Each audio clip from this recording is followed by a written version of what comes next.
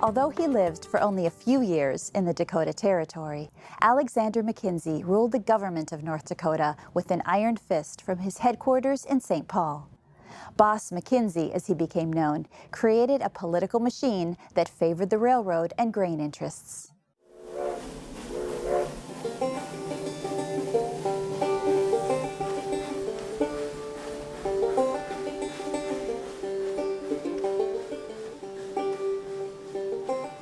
In North Dakota, the key player for the railroads and the banks was a fascinating individual by the name of Alexander Mackenzie. Mackenzie was almost like the evil twin of a Horatio Alger hero. He had grown up Scots-Canadian, born in Ontario in 1850, grew up quite poor. He leaves home at age 11, leaves school, goes to seek his fortune in the greater world. By the time he's 20, he's a jailer in Brainerd, Minnesota. 2 years later, he's in the Dakotas. He's working as a line boss on a railroad crew who's laying track in North Dakota. And he starts to get involved with the railroad, seeing how they make money, seeing how they make things happen. By the time he's 24, he's the sheriff of Burleigh County.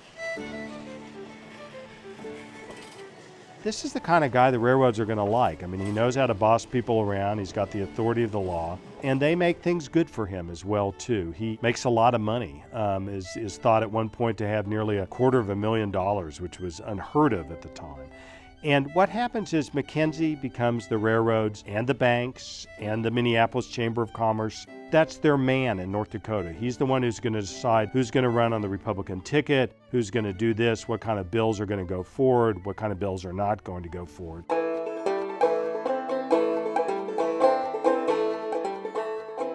Boss systems usually work in large urban areas.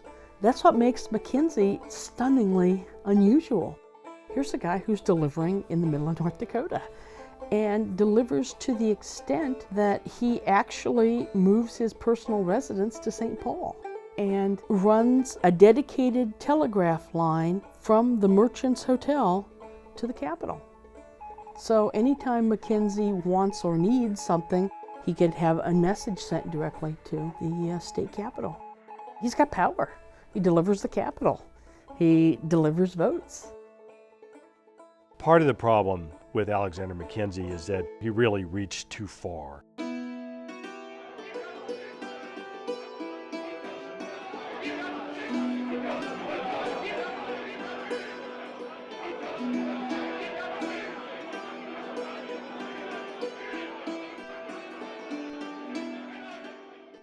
He's got this really good deal going on. The railroads, banks, Chamber of Commerce, everyone, they're funding his, running the state government in North Dakota. But he's also trying to make money outside of that. He had a friend who was in Alaska, a judge, who was able to sign over to Mackenzie the rights over certain gold mining claims. And these were very important, very great producing claims in terms of wealth. But what happened is there was a judge in California caught wind of this and demanded that Mackenzie turn over these claims back to their rightful owners. This becomes a national news story. Mackenzie was tried, he was convicted, but in the ways that these went, President McKinley went ahead and offered him a pardon. The point of the matter is that the whole Alaska affair really helped to tarnish Mackenzie. Nobody was living behind the myth at all that this was just a public servant, a rags to riches story who's trying to do the best for the state. This is a guy who's out to make money on his own. One thing to remember about Alexander Mackenzie, this guy grew up in the school of hard knocks. He crawled and climbed his way up. He understood how the levers of power worked, or at least what he thought the levers of power worked were. He believed that the railroads and the banks and the Chamber of Commerce, that's where the show was, that's where the game was, and as long as I play along with them and make things happen that they want to have happen, I will be richly rewarded. The problem was he wasn't exactly right, because the farmers had not been quiet this whole time. They had been working amongst themselves together, trying to figure out how they could create some sort of a viable opposition.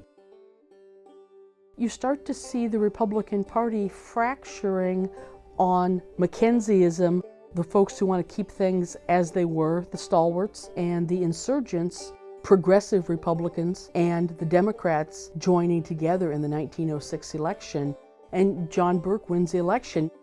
This is considered to be quite the surprise to Mackenzie. Supposedly he gets into a fist fight in Bismarck.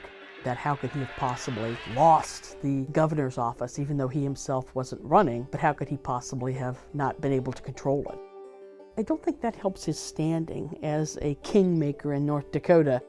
Sometimes you get this idea that it's kind of like a light switch, it's over and done with, but he still has some power in the state until he passes away. All he'd ever been elected was sheriff of Burleigh County, but when he passes away in 1922, he's the only person to have laid in state in the old state capitol. From our perspective today, looking at Mackenzie, it makes the hair stand up on the back of your neck. It just seems so horrible, the idea that you've got this one man who's pulling all the strings. But the fact of the matter is that was fairly common in the United States. You had a lot of bossism, and that's how things worked.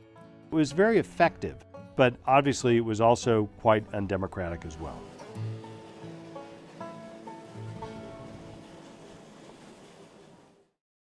Prairie Mosaic is funded by the Minnesota Arts and Cultural Heritage Fund with money from the vote of the people of Minnesota on November 4th, 2008, the North Dakota Council on the Arts, and by the members of Prairie Public.